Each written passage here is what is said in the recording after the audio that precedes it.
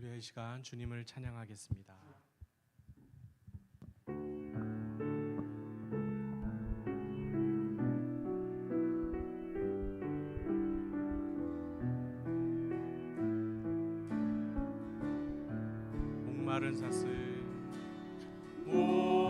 목마른 사슴 시내 물을 찾아 헤매이듯이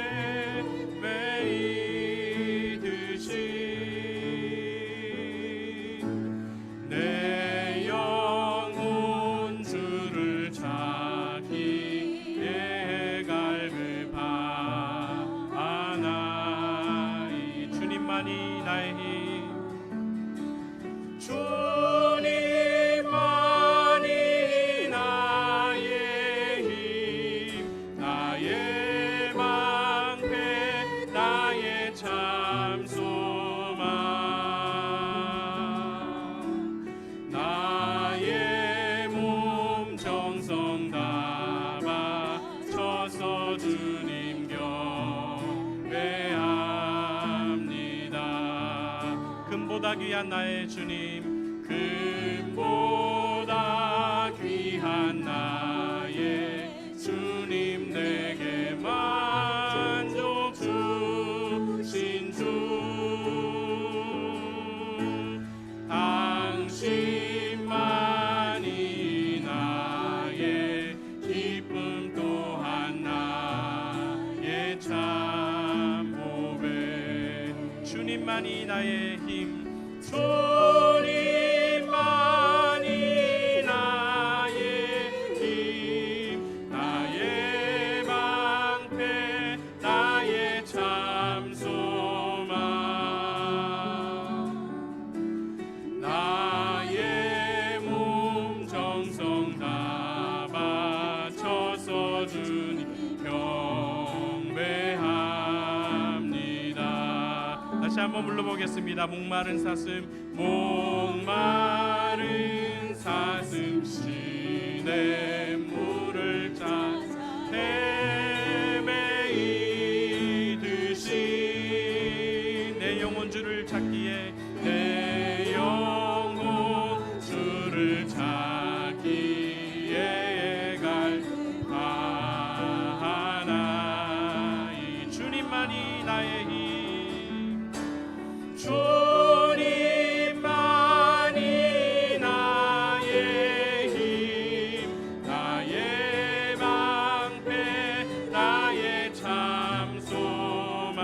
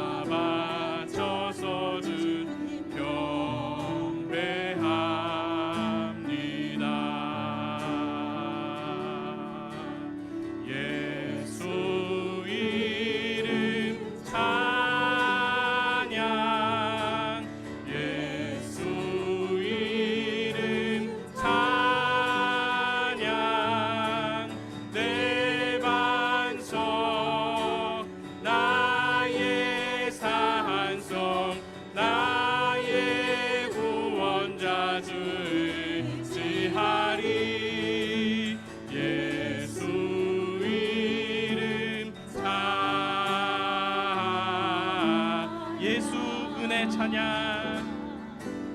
예수 은혜 찬양. 예수 은혜 찬양. 내 반석 나의 산성 나의 구원자 주 의지하리. 예수 은혜 찬양. 예수 보혈 찬양. 예수 보혈 찬양. 예수 보혈 찬양. 내 반석 나의 산성 나의 구원자 주 의지하리. 예수 보혈 찬양. 예수 능력 찬양. 예수 능력 찬양. 예수 능력 찬양. 내 반석 나의 산성 나의 구원자 주 의지하리. 예수 능력 찬양. 우리 다시 한번 고백하겠습니다. 예수 이름 찬양. 예수 이름 찬양. 예수 이름 찬양. 내 반석 나의 산성 나의 구원자 주 의지하리. 예수 이름 찬양. 예수 내 찬양. 예수 은혜 찬양. 예수 은혜 찬양. 내 반석 나의 반석 나의 구원자 주 의지하리. 예수 은혜 찬양. 예수 보혈 찬양. 예수 보혈 찬양. 예수 보혈 찬양. 내 반석 나의 산성 나의 구원자 주 의지하리. 예수 보혈 찬양. 마지막으로 예수 능력 찬양. 예수 능력 찬양. 예수 능력 찬양. 내 반석 나의 산성 나의 구원자 주 의지하리. 예수 능력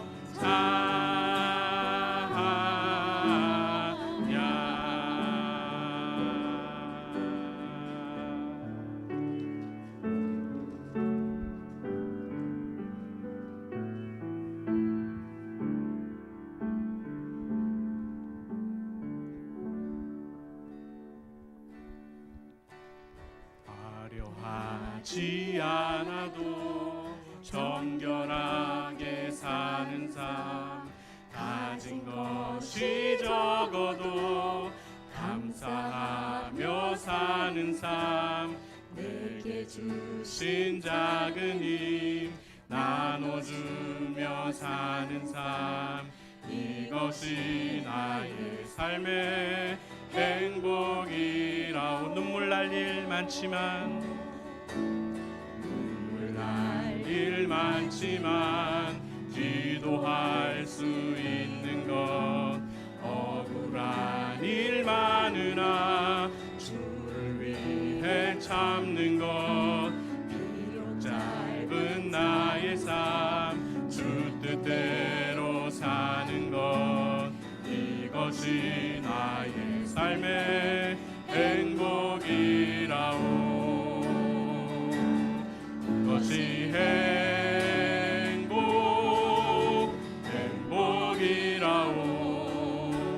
세상은 알 수 없는 하나님 선물, 이것이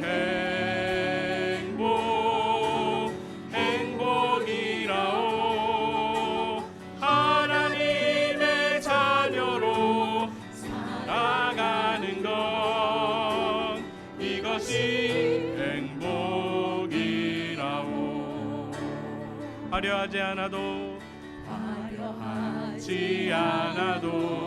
정결하게 사는 삶, 가진 것이 적어도 감사하며 사는 삶, 내게 주신 작은 힘 나눠주며 사는 삶, 이것이 나의 삶의 행복이라. 눈물 날 일 많지만 기도할 수 있는 것, 눈물 날 일 많지만 기도할 수 있는 것, 억울한 일 많으나 주를 위해 참는 것, 비록 짧은 작은 삶 주 뜻대로 사는 것, 이것이 나의 삶의 행복이라오. 이것이 행복이라오. 세상은 알 수 없는 하나님 선물, 이것이 행복이라오. 하나님의 자녀로 살아가는 것, 이것이 행복이라오. 이것이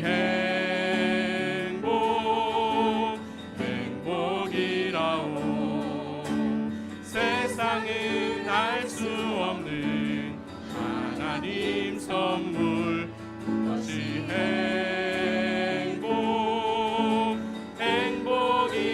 행복이라오. 하나님의 자녀로 살아가는 것, 이것이 행복이라오.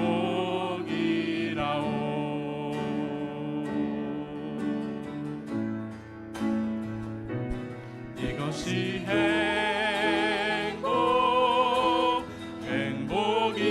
행복이라오. 세상은 알 수 없는 하나님 선물, 이것이 행복이라오.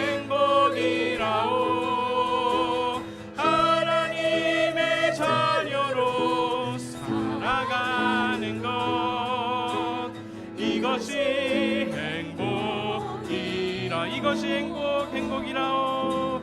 이것이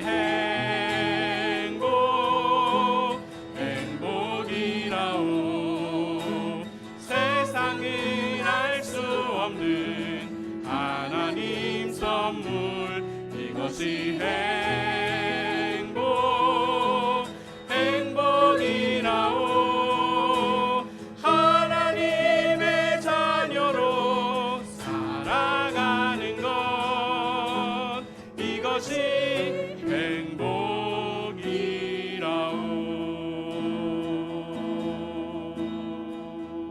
아멘. 하나님의 자녀로 살아가는 행복을 누리게 해달라고 우리 기도하면서 예배로 나아가겠습니다.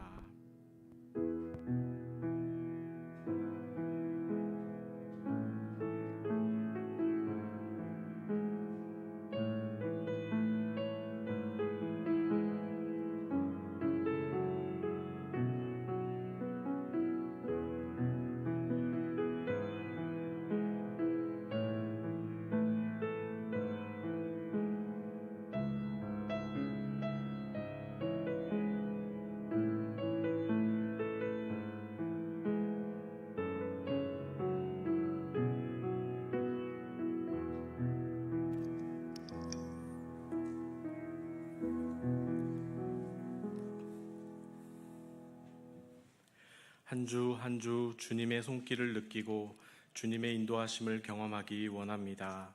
주여, 이 시간 우리와 함께 해주셔서 주님을 찾고 갈망하는 우리의 기도에 응답하여 주옵소서. 하나님의 말씀에 매여 사느라고 속상하고 억울한 일 많지만 그래도 앞서가신 주님 바라보며 힘을 얻습니다. 주님밖에 의지할 이이 없사오니 우리의 소망이 되어 주옵소서. 몸과 마음이 연약하여 고통하는 성도님들 이 시간 찾아가시어 위로하시고 회복과 치유의 은혜를 더하여 주옵소서. 예수님의 이름으로 기도합니다. 아멘. 찬송가 323장 함께 부르시겠습니다.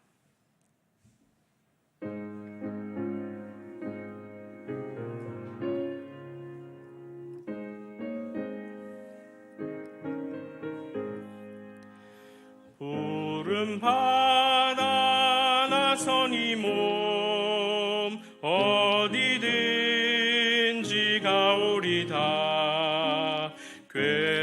괴로우나 즐거우나 주만 따라가오리니 어느 누가 막으리까. 죽음인들 막으리까. 어느 누가 막으리까. 죽음인들 막으리까. 아골골짝 빈들에도 복음 들고 가오리다. 소돔 같은 거리에도 사랑 안고 찾아가서 종의 몸에 지닌 것도 아낌없이 드리리다. 종의 몸에 지닌 것도 아낌없이 드리리다. 존귀 영광 모든 권세 주님 홀로 받으소서. 멸시천대 십자가는 제가 지고 가오리다. 기름 없이 빛도 없이 감사하며 섬기리다. 이름 없이 빛도 없이 감사하며 섬기리다.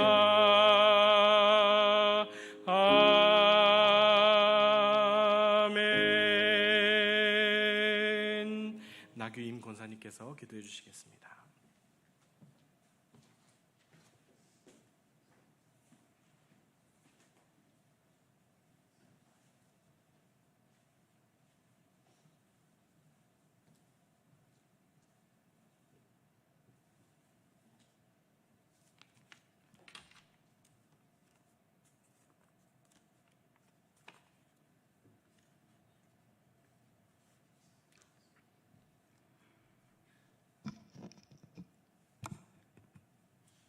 사랑의 하나님, 벼는 익어 결실을 기다리며 머리를 숙였습니다. 자연을 보며 겸손히 살아라. 주님의 음성이 들리는 듯한 수요일 주님 전에 나와 예배 드릴 수 있도록 도우시는 은혜의 하나님 감사드립니다. 사랑의 하나님, 수많은 세월 속에 온전치 못한 나의 모습 보입니다. 서산해지는 항온의 시대가 되었는데도 깨닫지 못하고 어리석은 자의 길로 향하는 이 못난 죄인을 용납하시고 용서하여 주옵소서. 사랑의 하나님, 우리의 마음과 시선이 주께로 향하게 하시고 말씀에 순종하며 성령님 인도하심 따라 살아가게 하옵소서. 사랑의 하나님, 우리나라 윤석열 대통령 통치자들 여론에 영향을 미치는 이들에게 주님의 선한 세상에 살아가는 만물을 품는 정의를 세우고 지키기 위해 요구되는 지혜와 인내 그리고 결단력을 허락하소서. 우리의 도시와 교회, 대학과 학교에서 하는 일들이 모든 이들에게 참으로 유익하며 주님께는 영광이 되게 하소서. 이를 위해 주님의 빛 없이는, 주님의 축복이 없이는 그 무엇도 이루어지지 않게 하시기를 간구합니다. 사랑의 하나님, 우리 속초 갈릴교회 병든 자, 마음 아픈 자, 수술 이후 회복을 소망하며 재활 치료하는 자, 생활고로 어려움에 처한 자, 하나님 위로와 평강으로 회복시켜 주옵소서. 신실하신 하나님, 우리 갈릴교회 모든 성도님들 마음을 한 사람 한 사람 주께서 붙잡아 주시고 각자의 필요를 기억하사 넉넉하게 채워주시옵소서. 주 안에서 응답과 기쁨이 끊이지 않게 하시고 성령님 인도하심 따라 살아가게 하옵소서. 목사님 말씀 선포하실 때에 성령으로 충만케 하사 듣는 우리는 깨닫는 지혜를 주시어 하나님께 기뻐하는 삶을 살아가게 하옵소서. 준비된 두보라의 찬양을 받으시고 듣는 우리는 기쁨이 충만하게 하옵소서. 모든 믿는 자들이 겸손하여 섬기며 사랑하기를 원하시는 예수 그리스도 이름으로 기도합니다. 아멘.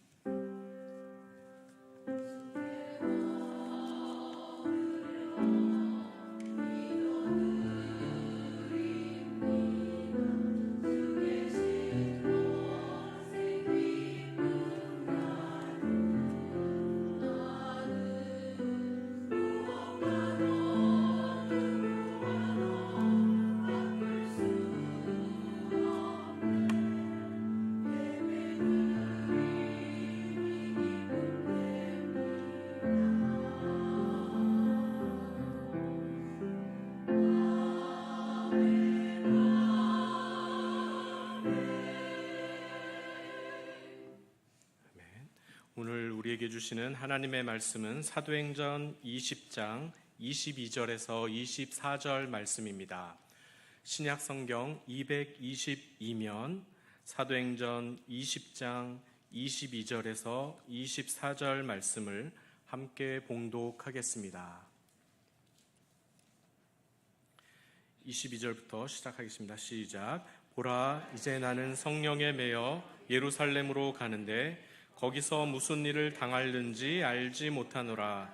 오직 성령이 각 성에서 내게 증언하여 결박과 환난이 나를 기다린다 하시나 내가 달려갈 길과 주 예수께 받은 사명 곧 하나님의 은혜의 복음을 증언하는 일을 마치려 하면은 나의 생명조차 조금도 귀한 것으로 여기지 아니하노라.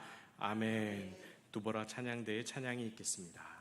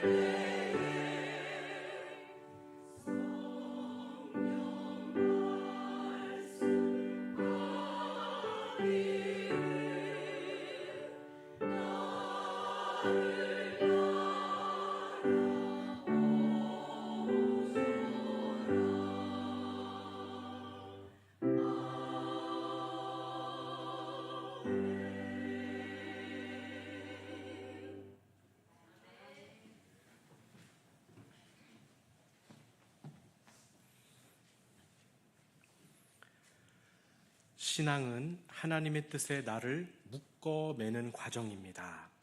아기가 엄마 뱃속에서 나오자마자 두 팔을 벌리고 나실 제 괴로움 다 잊으시고 기르실 제 밤낮으로 애쓰는 마음, 이렇게 할 수 없듯이 오늘 세례받은 성도가 내일부터 십계명을 실천하고 산상수훈대로 살 수 있는 것이 아닙니다.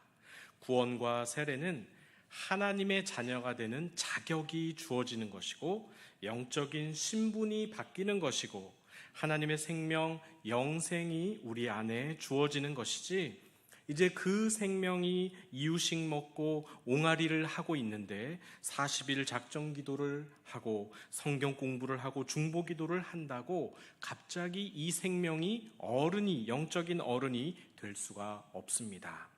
그래서 사실 더 혼란스럽죠. 생전 안 하던 걸 해야 하기 때문입니다.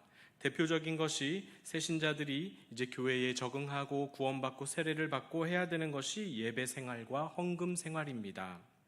산이고 들이고 놀러 갈 생각에 주말이 되면 늘 기분이 좋았는데 이젠 교회 때문에 주말마다 부담이 됩니다. 세금 내기도 벅찬데 수입의 10분의 1을 떼고 절기 헌금 드리고 주일 헌금 드리니 어찌나 내야 할 때가 많은지 세상 상식으로는 이해가 되지 않는 것이죠. 그러다가 신앙이 자라서 이제 영적인 성인이 되면 이 모든 것들이 익숙해져 갑니다. 그래서 어찌 보면 하나님과의 개인적인 뜨거운 만남이 아니라 이제 하나님과의 사회적 관계를 생각해서라도 이제 기본적인 도리는 할 만큼 하게 됩니다. 그래야 또 직분도 받을 수 있죠. 그리고 인생의 고비마다 작정 기도도 해보고 최소 성경 몇 독은 기본으로 깔고 대화할 수준은 되지만, 그렇다고 이 과정이, 이 신앙의 과정이, 또 하나님의 뜻에 나를 묶어매는 이 과정이 끝날 때까지는 끝난 게 아닙니다. 보이는 신앙생활은 우리가 웬만큼 따라 할 수 있지만 기독교 신앙의 꽃이라고 할 수 있는 자기 부인, 자기 부정, 자아 죽임, 더 보수적인 교단에서는 이렇게 말합니다. 자아 말살, 이렇게까지 표현하더라고요. 자기를 부인하고 주님을 따르는 행동이, 삶이라는 이 평생의 과업이 우리에게 늘 남아있는 것입니다. 신앙이 좋다 아니다는 어디서 결정되느냐? 여기서 결정됩니다. 이게 되는지 안 되는지에 따라서 우리가 그렇게 들을 수 있습니다. 그만큼 우리 안에 타락한 죄성이 끝도 없이 올라옵니다. 은혜 받았다고 해서 수그러드는 것이 아니고 은혜 받은 이후에 더 활개를 치는 걸 우리는 경험했습니다. 그것을 다루지 못하면 나 자신만 아니라 가정과 교회와 사회를 무너뜨리는 건 시간 문제입니다.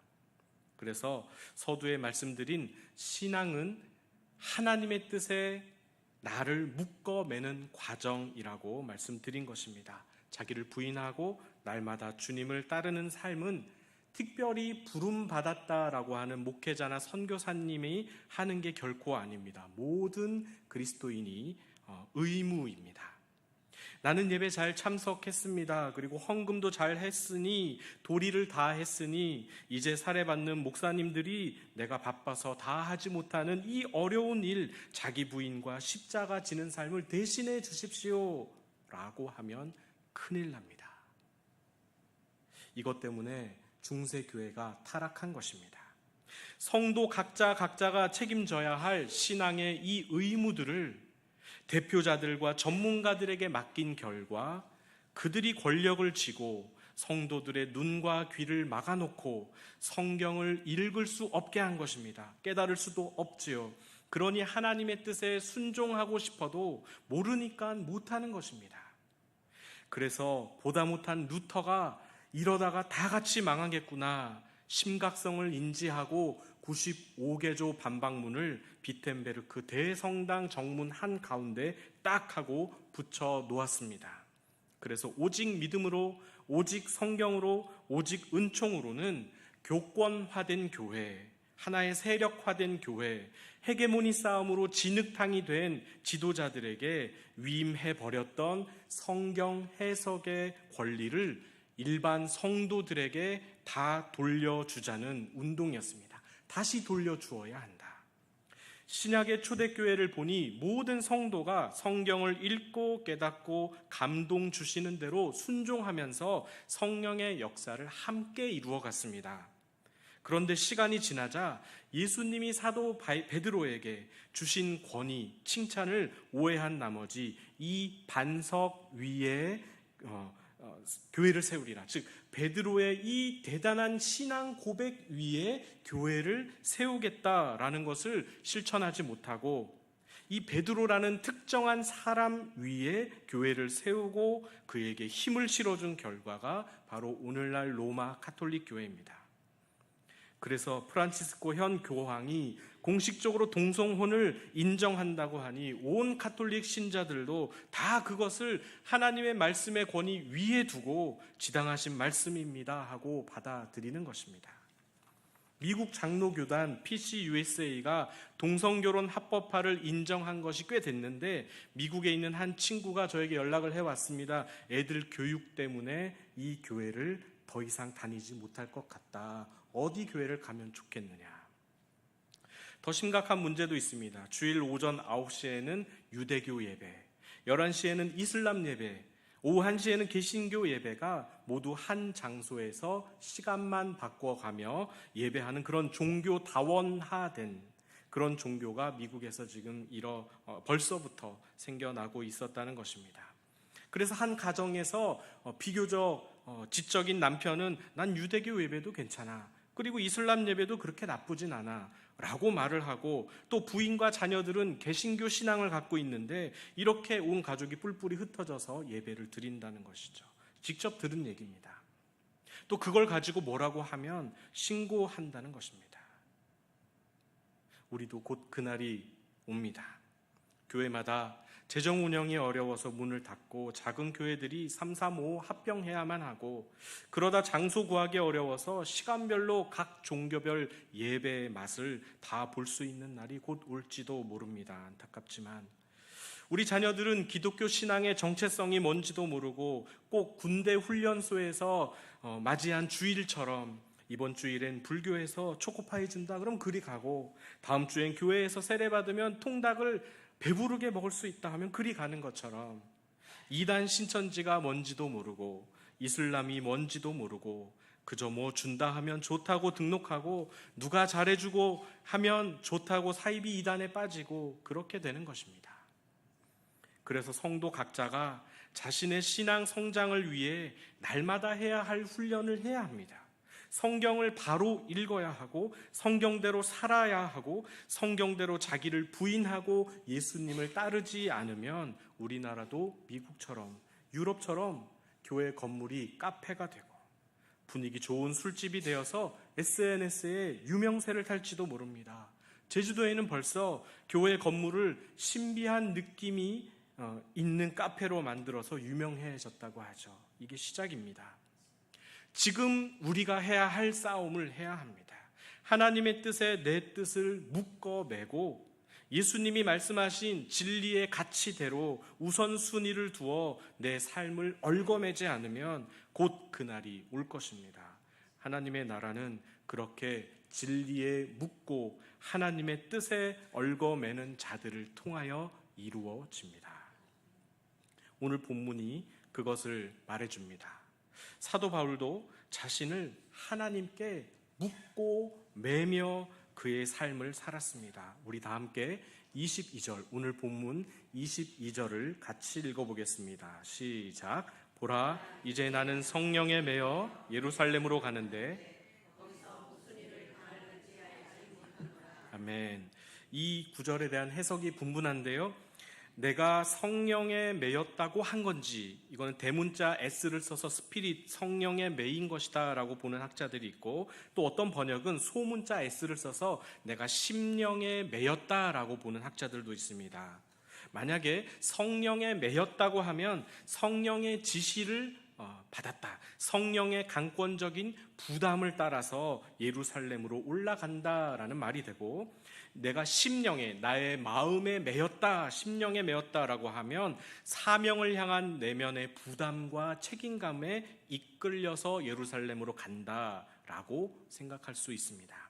대부분의 번역은 그러나 성령이라고 번역합니다.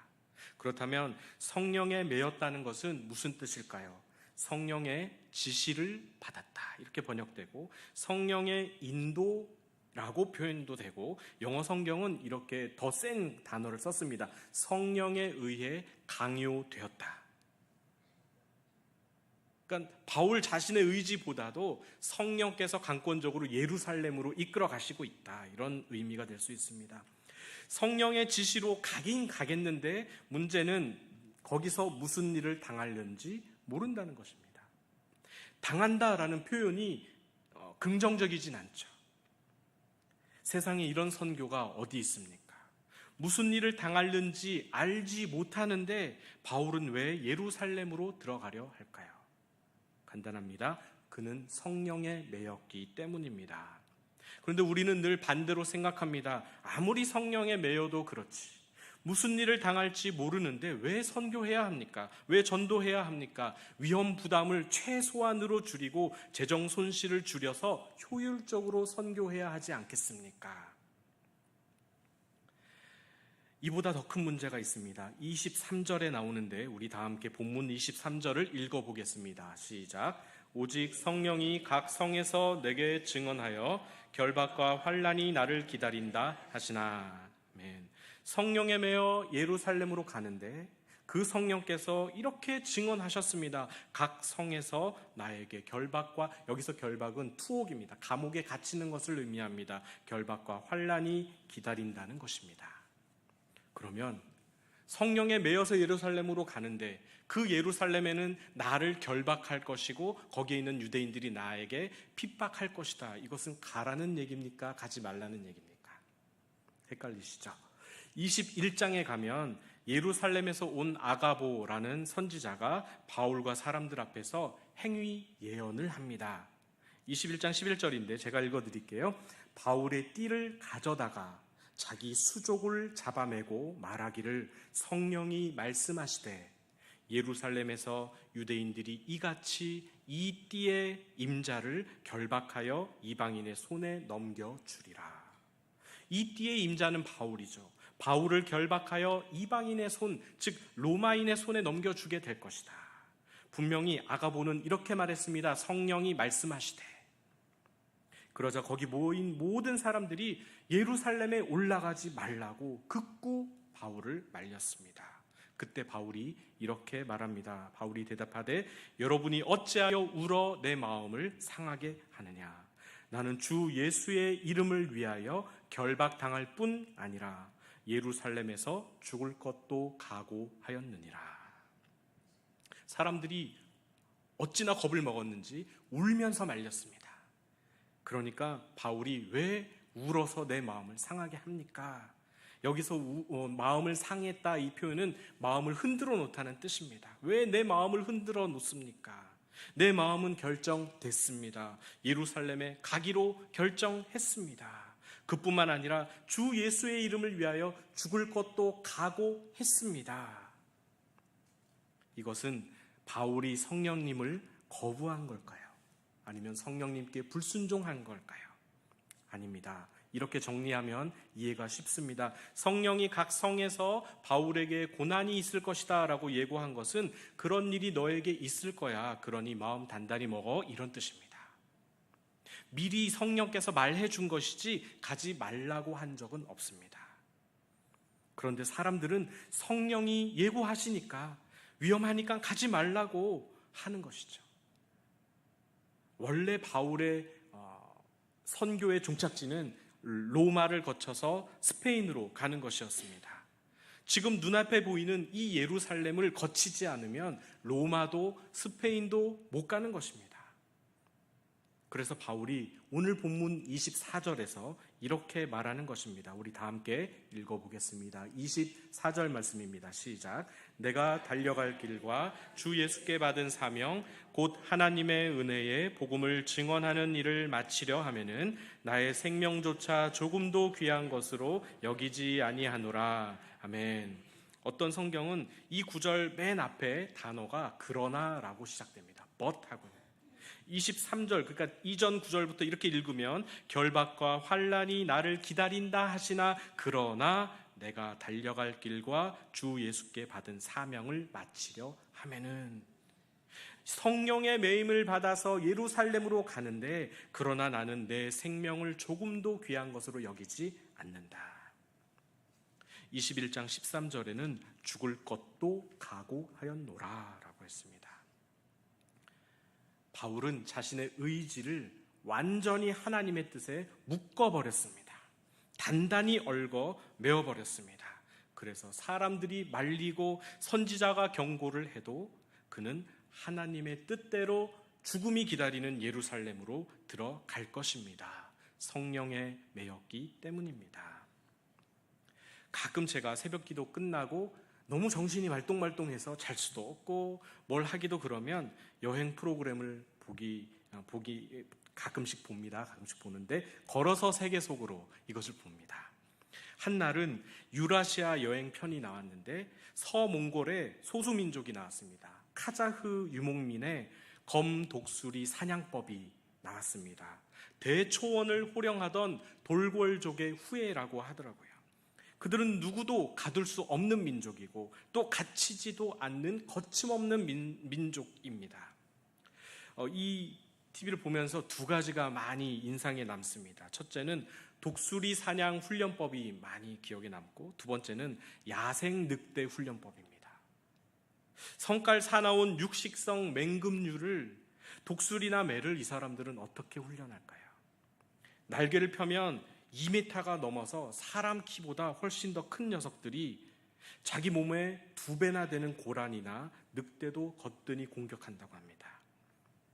그래서 이 독수리를 어릴 적부터 우리에 가두고 발을 끈에 묶어버립니다. 그리고 눈이 보이면 불안해서 날아가니까 가죽 투구로 머리 전체를 보이지 않게 덮어 씌웁니다. 이제 훈련하는 날이 되면 며칠 전부터 독수리를 굶깁니다. 그 큰 독수리가 우리에서 나올 때 끼룩끼룩끼룩 이렇게 울더라고요. 배가 고파서 울더라고요.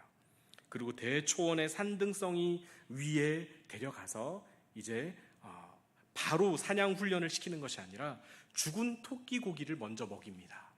근데 정신없이 물어뜯을 때쯤 그 고기를 다시 뺐습니다. 이제 독이 오르죠. 흥분하죠. 그때서야 가죽 투구를 벗기고 발에 묶인 줄을 풀어주고 확 하고 날립니다. 그러면 이 독수리가 쫙 하고 올라가서 쏜살같이 내려가는데 마침 그 들판 밑에는 다른 사냥꾼이 가축 한 마리를 발에 묶어서 말뚝에 매서 풀어놓습니다. 그러면 막 이리 갔다 저리 갔다 하죠.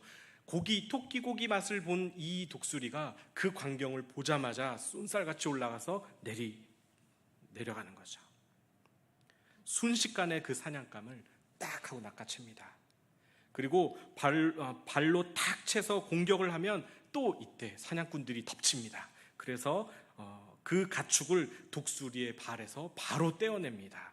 그리고 다시 가죽 투구를 씌우고 굵은 줄을 발에 묶어서 가지고 있으면 이제 훈련이 끝난 것입니다. 감질맛이 나서 이렇게 하겠는데 그렇게 육식 사냥을 맛보다가 진짜 사냥감을 발견하면 죽기 살기로 덤벼드는 것이죠. 그렇게 훈련한다고 합니다. 그렇게 맹금류 독수리가 길들여지는 것입니다. 그런데 그 프로그램에 마침 또 하나의 장면이 나왔는데 야생 늑대를 훈련하는 것이었습니다. 얘네들을 왜 키우냐면 들판의 독수리의 먹잇감으로 기르는 것입니다. 실전 사냥감이죠.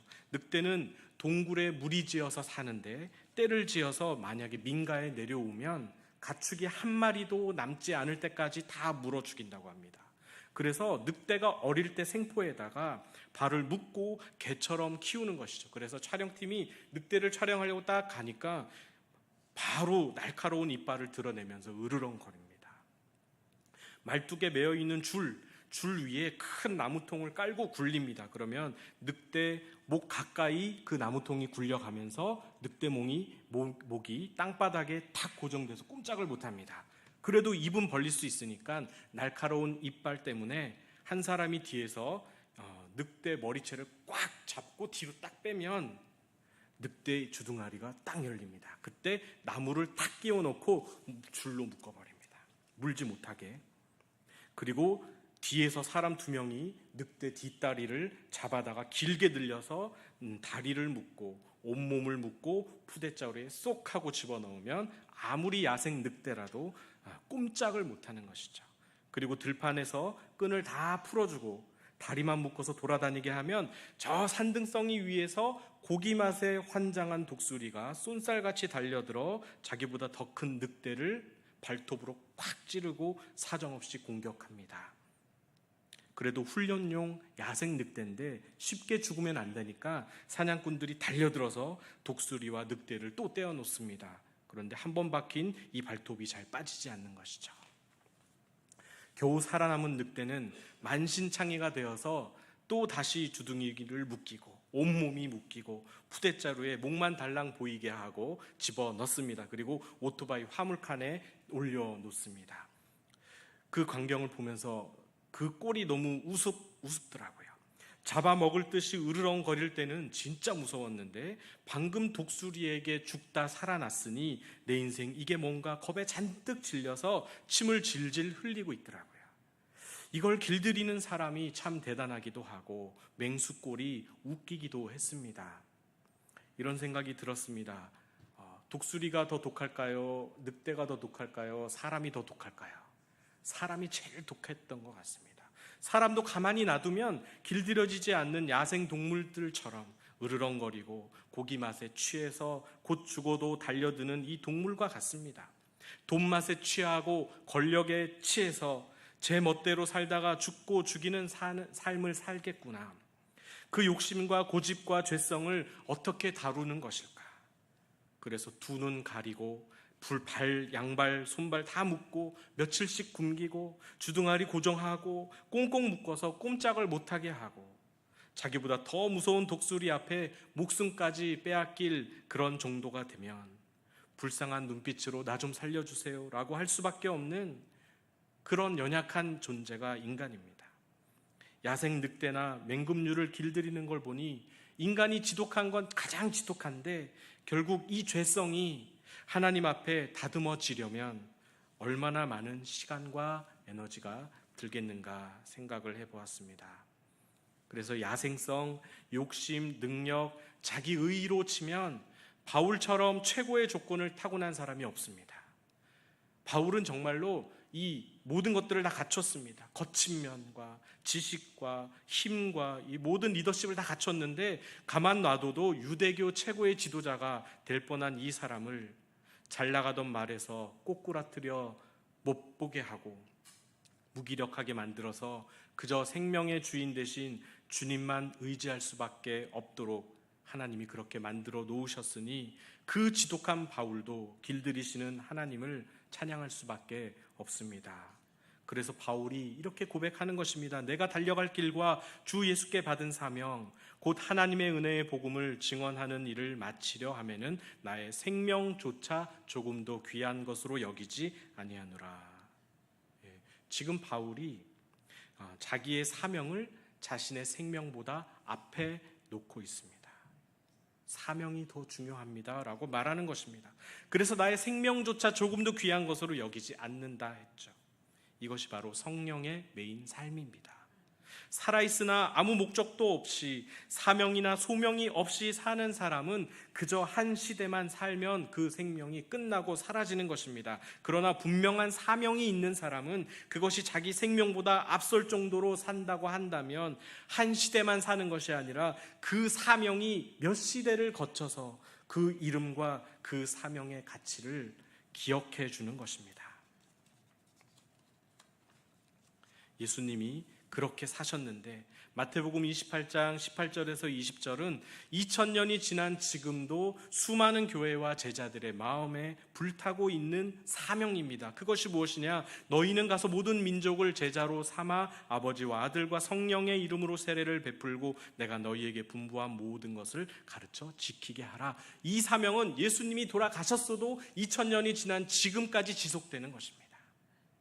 그러나 사명이 없이 생명만 있는 사람들은 예수님이 이렇게 말씀하셨습니다. 무릇 내게 오는 자가 자기 부모와 처자와 형제와 자매와 더욱이 자기 목숨까지 미워하지 아니하면 능히 내 제자가 되지 못하고 누구든지 자기 십자가를 지고 나를 따르지 않는 자도 능히 내 제자가 되지 못하리라. 성령에 매여 살고자 하면 사명을 따라 살아가게 됩니다. 그런데 자기의 생명은 조금도 귀한 것으로 여기지 않게 됩니다.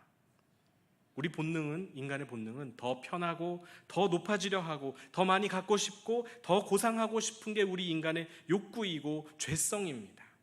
그런데 성령에 매이는 삶은 그 본능과 죄성을 하나님의 말씀으로 통제하고 진정 십자가의 삶을 살게 하는 능력이 있습니다. 그래서 거룩한 하나님의 일이 어려운 것이 아니라 쉬워지고 익숙해지고 잘하게 되어서 성경이 말씀하시는 선한 열매와 성령의 열매를 맺기에 부족하지 않게 됩니다. 그래서 바울이 환난과 결박이 기다리고 있는 예루살렘에 기꺼이 들어가고자 했던 것이고 그 일을 위하여 죽을 것도 각오하였고 그 일을 마칠 때까지 나는 감당하겠다라고 한 것입니다. 성도님들, 이 바울처럼 살고 싶지 않으십니까? 쉽게 대답이 나올 수는 없습니다. 왜냐하면 어려운 일이기 때문입니다. 성령에 매이는 것은 쉽지 않습니다. 그러나 우리는 그럼에도 불구하고 날마다 해야 하고 평생 해야 하고 잘 되는 날보다는 잘 되지 않는 날이 더 많을지라도 주님 앞에 서는 날 나는 최선을 다했습니다. 애썼다고 마음 편하게 주님께 고백하려면 우리가 날마다 이 싸움을 싸워야 하는 것입니다. 주님께 길들여져야 하는 것입니다. 주님의 뜻에 나의 의지와 마음과 감정을, 나의 온 삶을 묶어서 매야 하는 것입니다. 그렇게 살게 되시는 성도님들 되시기를 예수님의 이름으로 축복합니다. 기도하겠습니다. 하나님 아버지 감사합니다. 수십억의 사람들 가운데 우리를 택하여 이름 지어주시고 이름 불러주신 것도 감사한데 영원한 생명 주시고 사명까지 주셔서 이 땅에 그냥 왔다가 가는 게 아니라 주님 말씀대로 살고 주님 뜻 전하며 살게 하시니 감사합니다. 그 삶을 이루기 위해 오늘도 수요 기도회로 나왔사오니 주여 우리 삶에 개입하시고 간섭하여 주셔서 우리를 변화시켜 주옵소서. 무엇보다 바울처럼 성령의 매인 삶을 살기 원하오니 나 자신을 처 복종케 하시고 내 생명조차 조금도 귀한 것으로 여기지 않는 예수 우선순위의 삶을 살게 하여 주옵소서. 남은 한 주간도 주님 손에 올려드립니다. 때마다 시마다 도우시는 주님의 손길을 경험하며 고난도 견디어내고 시련도 통과해내는 훈련된 믿음의 사람들 다 되게 하여 주옵소서. 이 모든 간구를 우리 주 예수님의 이름으로 기도합니다. 아멘. 이 시간 옆에 있는 분들과 인사하겠습니다. 오늘은 조금 어렵습니다. 성령에 매이면 사명에 매이고 생명에 매이지 않습니다. 네, 너무 네.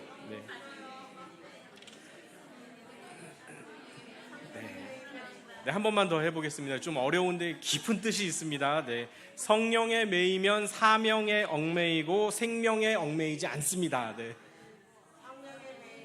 사명에 매이고 생명에 매이지는 않습니다. 예, 나중에 성령이 기억나게 해주시기를. 그냥 승리하십시오 인사해도 되겠습니다. 자세한 광고는 주보를 참조해 주시기 바랍니다. 찬송가 324장 부르신 후에 주기도문으로 수요 기도회를 마치겠습니다.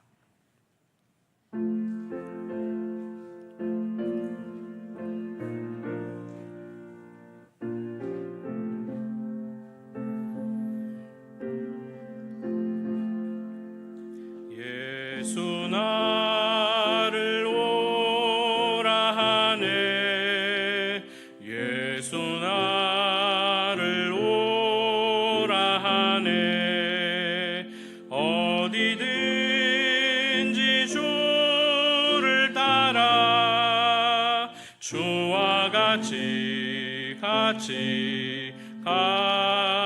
가려네 주의 인도하심 따라 주의 인도하심 따라 어디든지 주를 따라 주와 같이 가려네.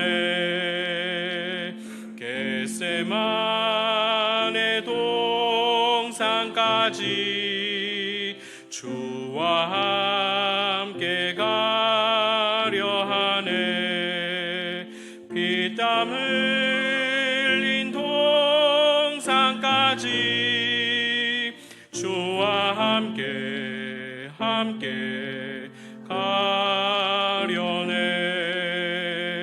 주의 인도하심 따라 주의 인도하심 따라 어디든지 주를 따라 주와 같이 가려네.